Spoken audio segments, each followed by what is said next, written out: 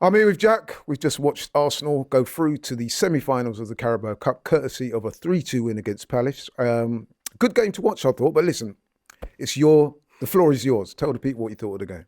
Yeah, really happy with it. I mean, I think it was exactly what everyone needed, especially after the weekend. We needed to bounce back. There was a few players out there that maybe needed to prove themselves. They had a point to make. And I mean, look, you look at Jesus, one of the players that really did need to make a point, made the biggest point you could. He got a hat trick. So, and through to the next round of the cup, and we need to win it, in my opinion. I mean, Arsenal are a massive club, and massive clubs win trophies. You look at Man United over the past couple of years, they've been probably the worst Man United team I've ever seen. They picked up a couple of trophies. Chelsea got to a final last year that they could have maybe won. And, even when Liverpool were trying to get to City, they were trying to win that title and they couldn't quite do it. They became a winning team along the way. And that's something that Arsenal need to do.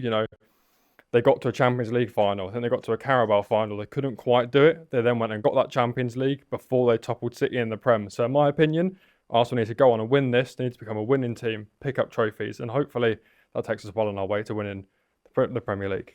I couldn't agree more. You need to cultivate a winning mentality. You need to win trophies. For fans want to see the club win trophies.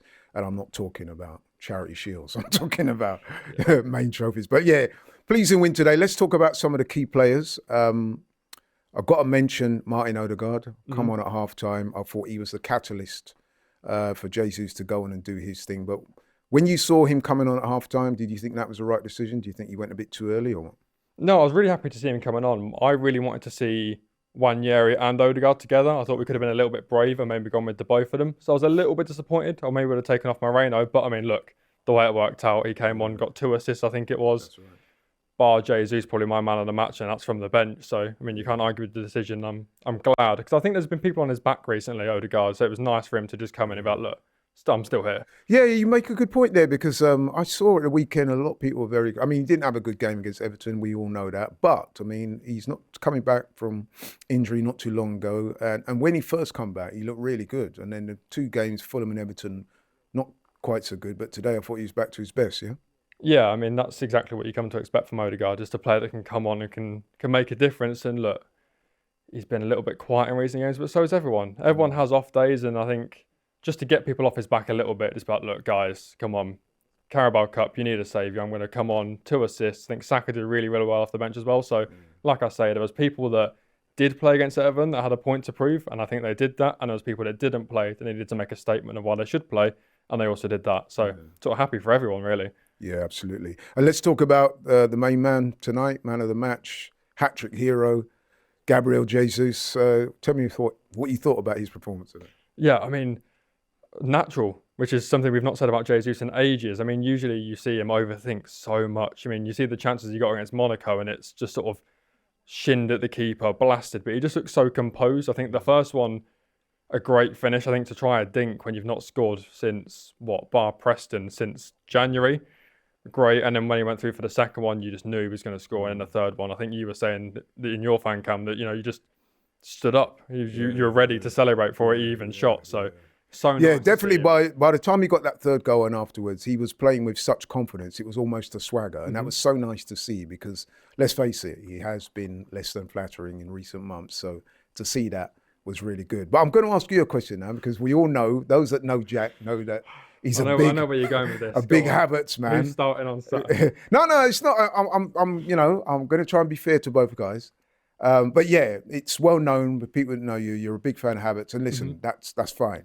But Jesus tonight has laid down a marker. He's come in, he scored a hat-trick. We got the game against Palace, the same team more or less that we're playing this weekend.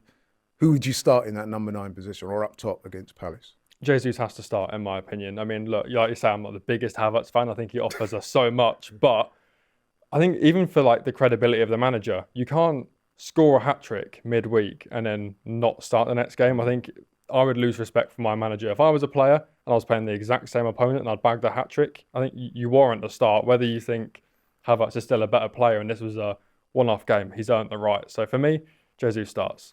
No, I'm glad you said that because I agree. And for a few reasons. Number one, as we said it, 3 goals today, took all his goals well.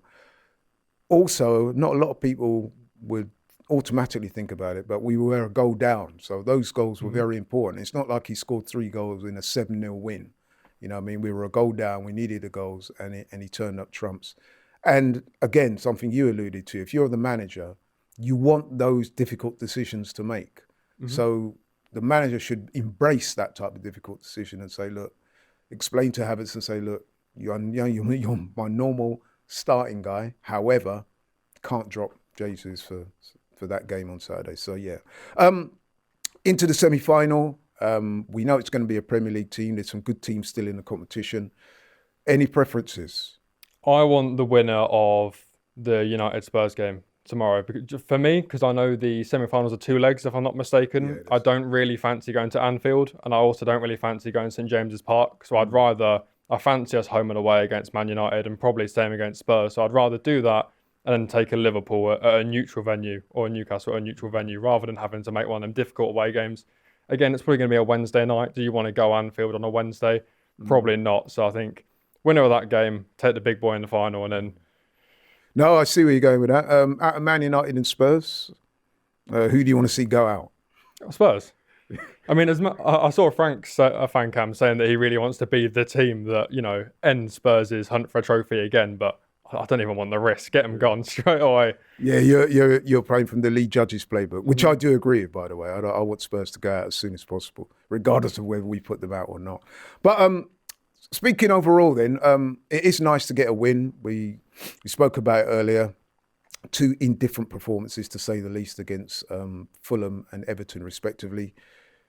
Get back to winning ways. Do you think that the confidence that we would have got from this will show through in terms of our Premier League campaign this season? I think so. I think it just sends a little bit of a message of Jesus can do it. He's back. Hopefully we see more of it. It shows Odegaard, I can come on and do it. Saka, it shows what he can do. And it's a little reminder of Arsenal have dipped in form. Yes, we've not been great. The title it's a long shot, but it's still there just. So that is hopefully a reminder. Now we can build a bit of momentum, go on a bit of a run like we did last season. And look, let's see where it takes us. If Liverpool go and keep going and they finish sort of 9 points clear of us, so be it. But as long as we do our part, then that's all we can ask, I think. Yep, well said. And just to wrap up, a couple of players today that haven't featured in recent games but featured tonight. I just wanted to get your thoughts on their performance. Look, first, let's talk about Kieran Tierney. I'm actually really happy for him that he's come back. I actually think he played really well. He should have had an assist. I think you'll say as well, Sterling's definitely got to score that. But I think he was bright. I think he came off after 70, and it's kind of sad that the news was broken straight after the game that we're not extending the contract and he's going to. So is that official then? Because I did allude to it in one earlier fan camp, but I was saying it was a rumour. So is that facts? Do we know? Yeah. So David Ornstein tweeted almost immediately after full time, Arsenal won't trigger the option, so he can either sign a pre-contract in January and then go for free at the end of the season. So basically, this is his final year. So I think it was nice for him to turn up, play 70 minutes. The fans clearly got behind him from what I saw. You were at the game, and then he got a very good reception. Yeah, and then should have had an assist. So that's nice. And look, whatever he wants to do, I wish him the best in his career. I think he's a great player, but injuries just haven't been there for him. And I think Arteta alluded to it the other day that he wants fullbacks that can play the way he wants them to play, and maybe he just doesn't fit that system, which is fair enough. And I think he probably knows that as much as we do. Yeah, likewise, well said. And just finally, Raheem Sterling, he's not featured much in recent games. A lot of people were calling for him to get an opportunity today. To be fair to the manager, he gave him an opportunity. How do you think Sterling, did he take it or not? I think he was bright. I think the miss will sort of cloud a lot of people's visions. People will say he was awful because they'll just look back at that miss. I don't think he was that bad. Again, I thought he was lively. I thought he was bright. Maybe a 6 out of 10, which is, by no means grabbing the opportunity by the scruff of the neck like Jesus did and saying, I need to start at the weekend. But with how poor Martinelli's been and how poor Trossard's been, I think he definitely puts himself in and around the conversation of, I'm still here. Well, yeah, agreed. Well said, Jack. And thank you very much. Thanks.